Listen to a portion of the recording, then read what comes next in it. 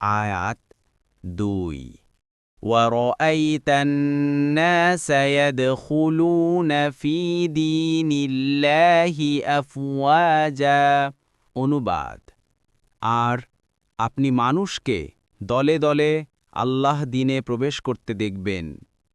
তাফসীর 1 নং ফুটনোটের বিবরণ অর্থাৎ লোকদের একজন দুজন করে ইসলাম গ্রহণ করার যুগ শেষ হয়ে যাবে। তখন এমন এক যুগের সূচনা হবে যখন একটি গোত্রের সবাই এবং একটি বড় বড় এলাকার সমস্ত অধিবাসী কোনো প্রকার যুদ্ধবিগ্রহ ও চাপ প্রয়োগ ছাড়াই স্বতঃস্ফূর্তভাবে মুসলিম হয়ে যেতে থাকবে।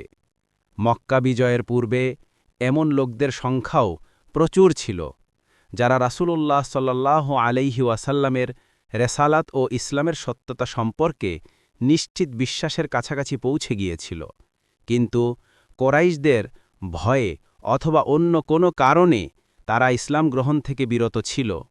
মক্কা বিজয় তাদের সেই বাধা দূর করে দেয়। সে মতে তারা দলে দলে ইসলামে প্রবেশ করতে শুরু করে। সাধারণ আরবরাও ইমনিভাবে দলে দলে ইসলামে দাখিল হয়। অমর ইবনে সালামা রাদিয়াল্লাহু আনহু বলেন, মক্কা বিজয়ের পরে প্রতিটি গোত্রই রাসূলুল্লাহ সাল্লাল্লাহু আলাইহি ওয়াসাল্লামের কাছে এসে ঈমান আনার ব্যাপারে প্রতিযোগিতা শুরু করে।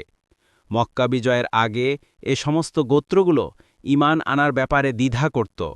তারা বলত, তার ও তার গোত্রের অবস্থা পর্যবেক্ষণ করো, যদি সে তার গোত্রের উপর জয়লাভ করতে পারে তবে সে নবী হিসাবে বিবেচিত হবে। বুখারী 4302। বাগাবী